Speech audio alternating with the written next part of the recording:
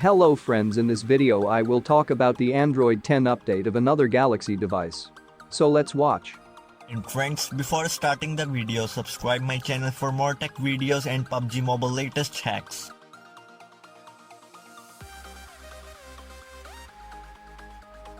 So friends, another Galaxy M series device is now getting Android 10 update. And the device is Galaxy M40, which comes with Android 9 out of the box. The Galaxy M40 is the third device of Galaxy M series which is now getting Android 10 update.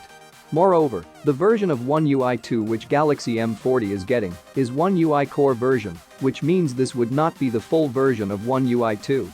It might not have some features like built-in screen recorder. However, all of the basic Android 10 features will be available. The update file size is 1.7 GB and also includes the March 2020 security patch. The update is currently available in India. To download the latest update, go to Software Update menu in the Settings app and tap on Check for updates. You can also manually update your phone by flashing the Android 10 firmware. The Android 10 firmware is now available on many websites. So friends, this is the latest news regarding Galaxy M40.